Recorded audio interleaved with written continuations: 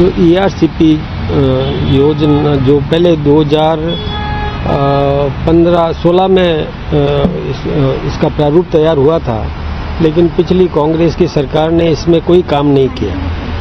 और उसके बाद हमारी सरकार जो इस बार बनी तो मध्य प्रदेश के साथ में राजस्थान का समझौता हुआ। इसमें केंद्रीय जल शक्ति मंत्री भी मौजूद रहे और वो समझौता हो गया, तो उसको धरातल पे उतारना है। उसका शिलान्यास भी हमारे देश के प्रधानमंत्री जी की मौजूदगी में और वहाँ पर होगा राजस्थान में दादिया के पास में एक बहुत बड़ा आयोजन, जिसमें राजस्थान से लगभग 2.5-3 लाख लोग उसमें उपस्थित रहेंगे। बहुत बड़ा आयोजन होने वाला है। उससे भी राजस्थान को लाभ मिलेगा। जो पानी की समस्या राजस्थान की जनता के लिए है कि सिंचाई और पेयजल के लिए, उससे 16 जिले राजस्थान के लाभान्वित होंगे।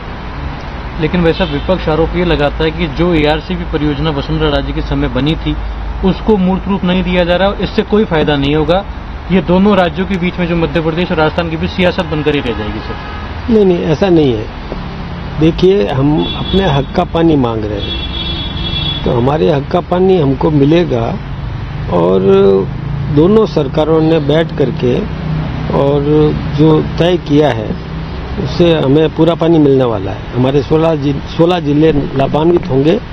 उसकी योजना बन गई, प्रारूप तैयार हो गया और निश्चित रूप से लाभ मिलेगा। ये तो विपक्ष तो आरोप लगाएगा, उसमें तो विपक्ष का काम ही यही है। वैसे सकारात्मक काम में आरोप लगाना नहीं चाहिए, इसमें सहयोग करना चाहिए, सहयोगात्मक रुख रखना, जिससे राजस्थान की जनता को लाभ मिलने वाला है, ऐसे काम करवाना चाहिए। इसी प्रकार से हम अब जवाई पुनर्भरण का जो है वो भी काम प्रगति पर है। वो भी पिछली 5 साल पिछली सरकार ने उसमें भी कुछ नहीं किया।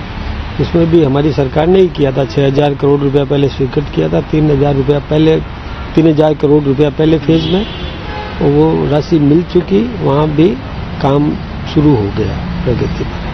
राजस्थान की 7 सीटों पर उपचुनाव हुए, 5 पर भारतीय जनता पार्टी ने कमल खिलाया। उसके तुरंत बाद प्रधानमंत्री जी राजस्थान आ रहे हैं। क्या लगता है पंचायती राज संस्थाओं की और निकाय संस्थाओं के जब चुनाव होंगे तो उसका फायदा मिलेगा भारतीय जनता पार्टी को? देखिए, फायदा तो मिलता ही है।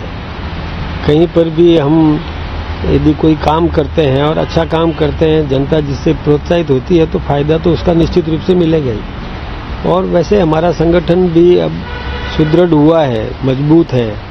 और वैसे भी पंचायतों में भी अधिकांश पंचायत समिति के प्रधान और अधिकांश जिला प्रमुख ये हमारी पार्टी के हैं। और भी हमारी पार्टी व्यापक प्रचार प्रसार करके और पूरा संगठन को मजबूती मिली है। उसका लाभ तो हमें राजनीतिक दृष्टि से मिलता ही मिलता है। राजस्थान सरकार धर्मांतरण कानून लाने जा रही है भाई साहब, किस प्रकार से देखते हैं आप? देखिए, धर्मांतरण किसी भी प्रकार का जबरन नहीं होना चाहिए। हमारे मौलिक अधिकारों में ये एक है कि व्यक्ति अपने धार्मिक स्वतंत्रता का अधिकार उसको दिया गया है। कोई भी प्रभावित हो जाए, सोच समझ करके किसी भी धर्म को अपनाए, लेकिन कहीं प्रलोभन दे करके या दबाव डालकर या जबरन ऐसा कोई भी या भ्रमित करके धर्मांतरण करवाता है तो ये कानूनन अपराध है। तो ऐसे एक एक्ट हमने भी बनाया है राजस्थान में निश्चित रूप से। और ये मौलिक अधिकारों की रक्षा भी है। और ये धर्मांतरण जो करवाया जा रहा है हमारे समाज में, हम देखते हैं कि हमारी संख्या आनुपातिक दृष्टि से घटती जा रही है।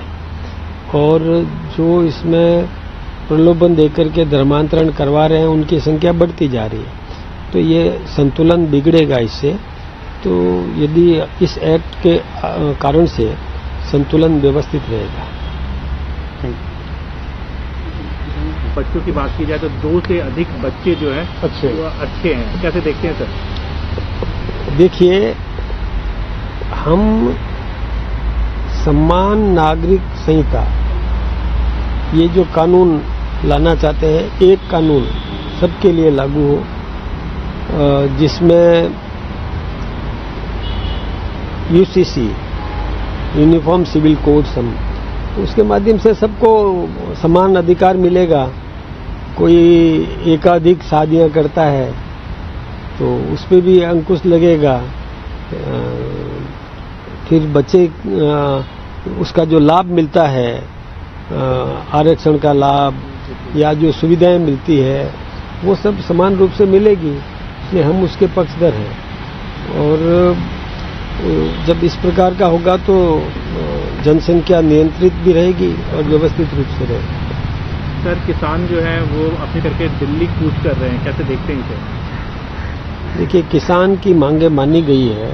किसान के लिए हमने राजस्थान सरकार और केंद्र सरकार ने भी, भारतीय जनता पार्टी की सरकार ने हमेशा चिंता की है। मृदा परीक्षण से लेकर के और मिनिमम सपोर्ट बढ़ाने की दृष्टि से भी उनकी उपज का मिनिमम सपोर्ट बढ़े और बीमा सुविधा उसको मिले। किसान को फसल बुवाई करते समय कोई आपत्ति आ जाए, विपदा आ जाए, तो भी वो उसकी फसल किसान की बीमित है। इंडिविजुअल किसान की फसल को बीमा करने का जो निर्णय किया है, ये भारतीय जनता पार्टी की सरकार ने किया। इससे पहले पूरे क्षेत्र में यदि आपदा आए, हानि हो, और तो ही किसान को लाभ मिलता था, लेकिन हमने तो इंडिविजुअल किसान की फसल को बीमा करने का ये जो निर्णय ले लिया, तो किसान को तो इससे फायदा ही हो रहा है। और किसान की चिंता तो जैसे उसको पेज मतलब सिंचाई के लिए पानी उपलब्ध करवाना, बांध को सुदृढ़ करवाना, नहरों का सुदृढ़ीकरण कराना, और इसके अलावा उसके जो औजार पर हमने कई औजारों पर टैक्स कम किया है या किसी को मुक्त भी किया है। ये सब सुविधाएं हमने किसान को दी है। किसान सम्मान निधि देने का काम भी हमारी सरकार ने किया है। किसान को तो हम ताकत देने का काम कर ही रहे हैं और भी करेंगे।